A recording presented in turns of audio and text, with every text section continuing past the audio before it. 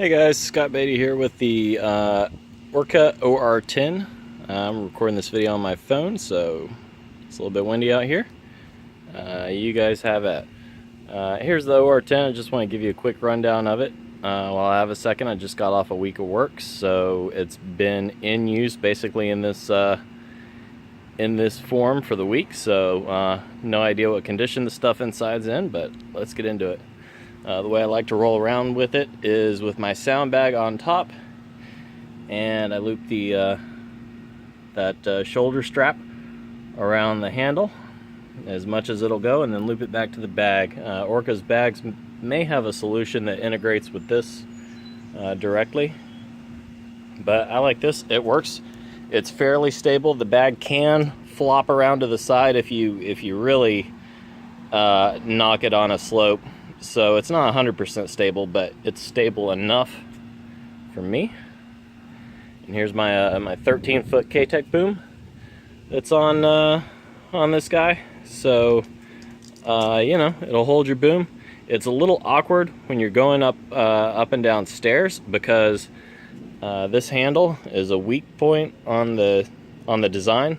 It's made out of really not stiff enough plastic, and it breaks. So I think Orca's in the middle of redesigning this. I hope they are, because this needs to be much harder, much stronger plastic. Many people have had that issue with this particular bag. Orca took care of me with a new handle, but it was not fun working without a handle because Orca gets you spoiled on having a handle and wheels. That's the best thing about this this product is the trolley system that Orca has developed into the bag. The handle's sturdy enough. This part feels fine. You wouldn't want to put major pressure on it, but it's sturdy enough for the purpose of the bag. That's weak. And the rollerblade wheels are great. You're not going to be going over gravel or anything crazy off-road like that, but for streets, it is just fine. The bag doesn't tend to want to wobble real bad unless you're just really getting into some rough stuff. As far as durability, let me turn this to the sun so you can see the kinds of durability and wear that this bag takes. I've probably put this bag through about 6 to 8 months of work, and you can see it's got some scuffs on the material right there, some scuffing, lots of scuff on the hard plastics. Of course, these are the surfaces that the bag rests on. You can see a little bit of dirt and stuff, and I assure you on that matte black stuff, all that washes off, so that stuff's never really gotten messed up for me. Other durability points of note is this handle at the top is not really sturdy enough to support this bag being jam-packed full of audio gear. As you guys know, audio gear is very dense, so our bags end up weighing a ton. The case couldn't really take it in that point and has begun to rip the seams, so that's a thing. And these pull handles, I've heard a couple people having these pull off. I had one pull off, but they're great pull handles. I love this zipper design, but not the most sturdy. The way I got my boom pole in here is I've got a little knot tied to take out some of the reach of this. This can accept something much larger, but I just tied a knot to make it fit my boom. That goes around that end, and then if you put a bongo tie around the bottom of your boom, then it'll sit in the bottom one, just like that. So that's how I do it. Let me take this off so we can get into the bag. Boom comes out nice and quick, just one pull at the top, and then you can just lift it right out. You don't have to undo both of them. You guys are probably cringing watching me put my K-Tech on the ground. I am too, a little bit. All right. So the sound bag comes off. And now we have the bag. The handle goes down into the bag. That flap flips over. Business card holder. Little tools, Tylenol, little adapters. Not a lot fits up here. Bongo ties, just stuff you want to get at quick. Or maybe little tools and odds and ends. All right, so now the meat and potatoes. All right, so here's how I have my bag laid out. Starting from the top, zippered pockets, backup card reader, some other cards, a spare surveillance, just odds and ends. These pockets are not super deep, so you're not going to fit a ton of stuff in here. The flatter the better. Antennas, a couple extra cables, spare antennas, card cases. All right, so we got the meat and potatoes of the bag.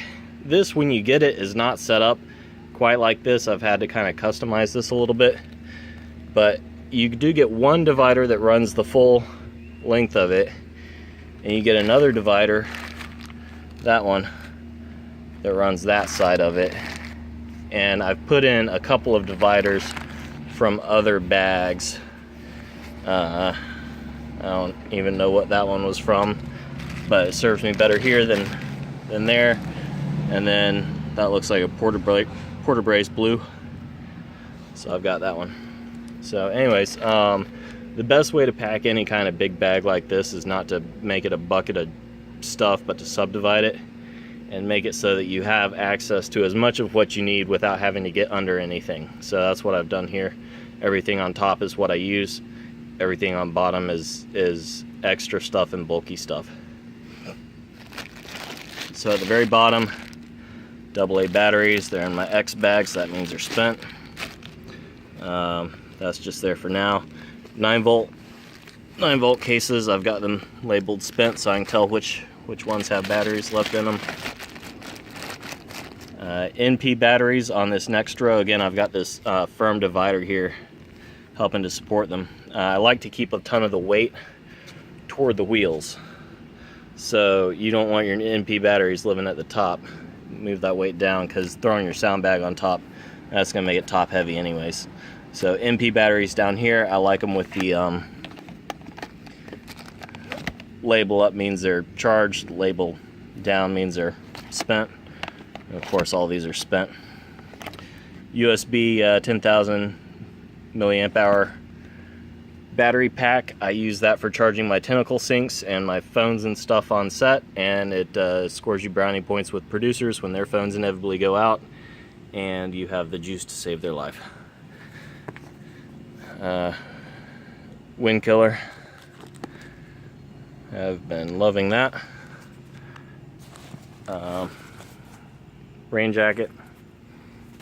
Below that we got a petrol rain poncho for if it really gets wet. We got a lingerie looking mic strap holder, a headlamp that I like to keep on my harness but took off for some reason, spare crafty, never know when you'll need that. You know, spare junk goes down there. You know, tapes and all that fit nice in that little spot for me. And in this bag I've got everything that I use regularly, and my apologies, this bag is just a chuck it in here and go bag. It's still got my tentacle going from earlier today. That'll probably go for 2 more days, but we'll turn it off now. You know, tentacle, top stick, time code cables, stuff that I might need to get at fast goes in here. I also like to keep this little door open and keep this as like a little pocket. If I've got extra lavs that are prepped that I don't want to have on me, I'll just put them there so they're easy to get to, because you'll see the lav case is a little bit harder to get into. Tablet. We've got lavs right here in the K-Tech KGB bag. which fits very nicely, 2 of them side by side in this bag. I'm not sure about Orca's bags because they came out after I got these, but Orca has some hard shell cases. Got 8 lav mics. I've got 4 Zaxcom 4 Electros. You know, extra lav mics, extra goodies. Little sunscreen from a mixer and cables and stuff. All right. And in this bag, I've got my Comtex, and these are what I'm using for Comtex and hops for this particular show. And they're a mess because I just throw them in there, and we never have time wrapping at the end of the day, and I'm not going to go straighten them up. Anyways, you got 4, 5, 6, 7, and under there's 8 sets of Comtex. You know, a couple full-size headphones, several mini headphones, and plugs to go to camera. So yeah, that's my kit.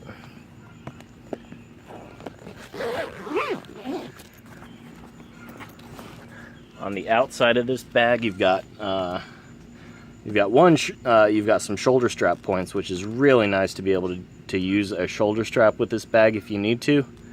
You might not need it, but when you need it, you need it. And it's got these zipper pouches on the sides, which are very shallow. You can't actually fit very much in here. Like one 25-foot XLR rolled up would fit in there, and not much else. I've got plastic trash bags for when stuff really gets wet, or if my shoes get trashed at work and I don't want them in my car. More trash bags. XLR just in case. And yeah, between that and my sound bag and my boom pole, everything can basically ride with one handle to set. And I've got some other stuff that I use at the very beginning and very ends of shoots, like my computer for transfer, and my boom microphone, which immediately goes on the boom pole. So that's always in play for the entire day. Anything that I don't need except for the beginning or end goes in that other case. And then I've got another case that well, shoot, I'll show you what I got packed up here in my car. I'll show you my little work setup. Rock and roller in the back.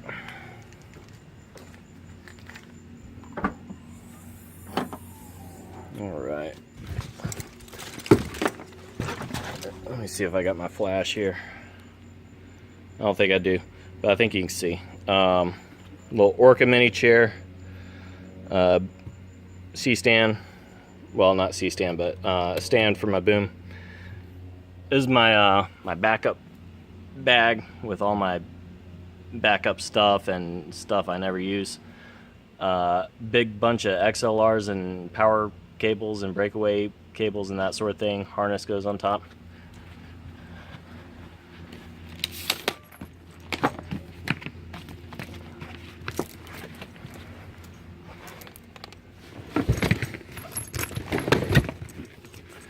So Orca bag goes in there, mixer goes in between the two.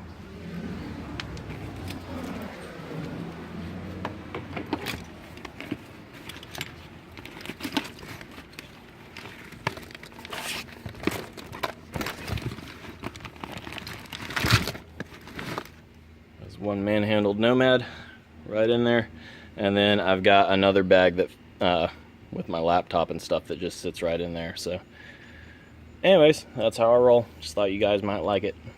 Have a good one. Keep rolling out there.